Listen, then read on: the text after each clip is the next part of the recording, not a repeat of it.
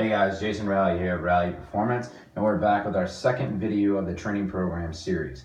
If you didn't check out the first video, that's where we discuss programming principles like law of specificity, law of accommodation, fatigue management, and good stuff like that. So I'll put the link below. Make sure you check that out in case I reference anything in that regards. You're not left behind or lost. Today we're going to talk about training autoregulation and what it means and how you can apply it to your own training and even the development of it as far as from maybe beginners into intermediate advanced. So training autoregulation is basically autoregulating your training based on the day's performance and maybe even for weeks to come. So we have three main methods, really there's two, but I'm going to separate these for, you'll see a little bit in the reason why I think it's a bit easier. We have rating of perceived exertion by its own means. So that's RPE. You're rating the perceived exertion of that set for that day or even the workout itself. You can. This is really put into good theory by Mike Tuchscherer of Reactive Training Systems and formalized for strength training.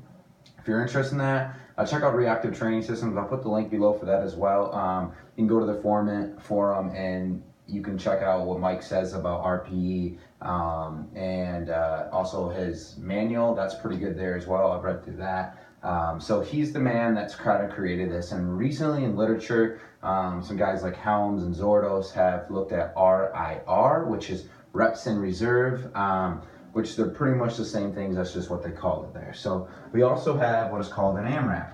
An AMRAP can be utilized to auto-regulate your training either for that day or even for weeks to come, which we'll dive into in a minute. This is what I was kind of talking about where they're really the same, but I broke them up. You have percentage plus RP as a means of auto-regulation.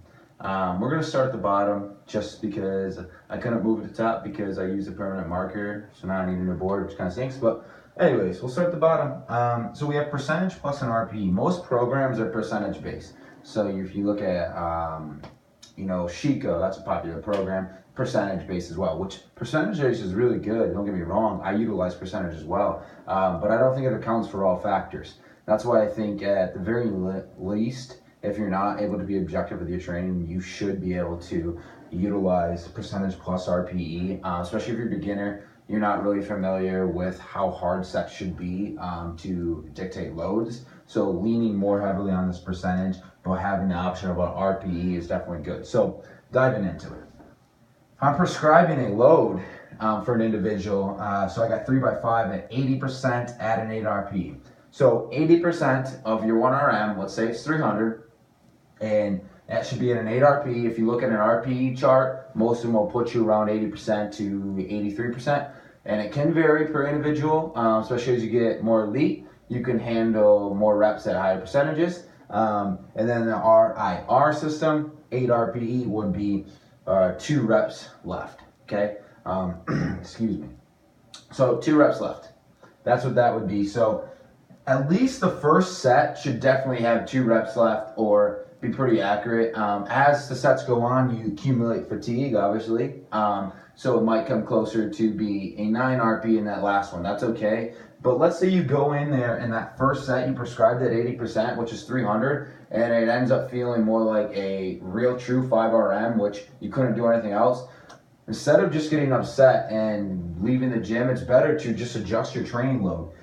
Maybe drop 10 pounds, and then you'll do 290 through 3x5, and that's at an 8 RP.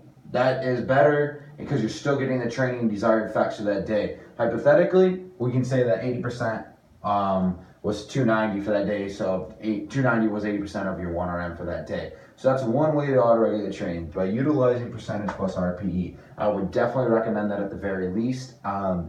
So if you can or do not use that, you can use AMRAPs. You can definitely combine these together. So first, what is an AMRAP?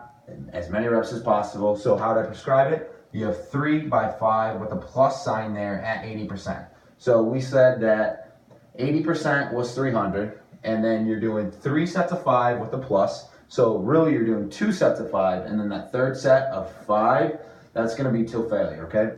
This is a way to apply it if you're going to auto-regulate for the week, all right?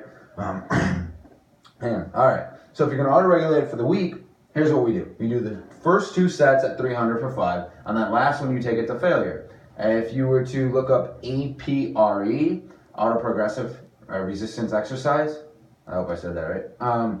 APRE was formalized in physical therapy as a means to auto-regulate training for them to base it if they could advance into heavier weights. So we can apply this in strength training. So with that, if you look up that chart, they have numbers that are associated with how much weight you should add based on the reps you got relative to what your target was. You can develop your own system, is what I do. So say that you did that last set to failure at 300 and we prescribed 5 reps, but with the plus sign then, and you got 10 reps. We definitely know that you can go up and load the following week. So if you did 300 this week, based on whatever chart you use, let's say that you're gonna go up 10 reps, or 10 pounds, excuse me. So next week you would do 310. So we auto-regulated the training based on how you were improving, not just based on a percentage. So that's definitely a good means. That doesn't mean you should apply this to every training session or every squat session that you do.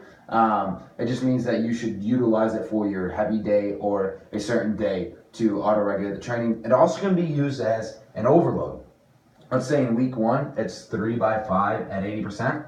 Decent, but wasn't the greatest. So next week you prescribe as 3 by 5 at 80% again with the plus sign, which is the plus set or the AMRAP. Now we're going to get in more volume. Well, you should be if you're getting that last set to failure. That's an extra stimulus, which is overload, if you will. And then that can be utilized as a tool there. But we know we can adjust our training week to week based on these AMRAPs. For in a given session, if you want to use AMRAPs, this is more of the APRE method. You'll have an activation set, and then you have 2 working sets. So let's say we're going for a 6 RM of that day, okay? You do 1 by 6 at 65% of your 1 RM, and then you're gonna jump to what you presume is your 1 RM, or maybe a little bit under that way you can get in working sets is the way I apply it. So let's say 75%, which is definitely gonna be under. You'll do, I prescribe it as 1 by X at 75%. So you take that set here, your first working set to failure, okay? And again, the target was 6. Let's say you got 10. So on that second one here, we added 5 pounds. So say the first set, we did 270 for 10 reps. And then the second one, we added 5 pounds. Okay, then we do 275, and we take that to failure. Let's say this time we get 8 reps. Based on what chart you use or your own method, then that 275 either becomes your top 6 RM next week, which you take to failure, or it can add a load or decrease load based on whatever you decide is necessary, utilizing APRE or your own method. So these are 2 ways that you can either use AMRAPs for in a session, or you can use AMRAPs for week to week, okay, of auto-regulation. Lastly, the RPE system, which we kind of touched on. At the very least, I recommend that you use it in percentage in conjunction with RPE. If you want to use RPE as standalone, the way I utilize it, it can accumulate more volume. So I'll prescribe a load at 3 by 5 at 8 RPE. You can definitely just assume that it's at 80% and then adjust, or you can just do it the way that I've been utilizing it more often, is you do a 3 by 5 ascending set to an 8 RPE. Man, it must be dry. So if you're ascending up to that 8 RPE, the first set of the 3 by 5 is a 6 RPE, the second one's a 7 RPE, and the last one's an 8 RPE, okay? You're accumulating fatigue as you go, so sometimes your 8 RPE may not be exactly what the RPE chart says, so just be leery of that, that's okay. Still don't let that shy you away, because it's total tonnage and the effect of the training dosage that we want to worry about, okay? So now we can do some cool things with this. Again, reactive training systems is where you're going to find out a lot more about this. I'm just covering some ways that I apply it, some ways that Mike have discussed it as well. And you can either do some repeat sets at this 8 RP. So if I describe 3 by 5 ascending to an 8 RP, I can tell a client, myself, or whomever to repeat that 8 RP 2 times.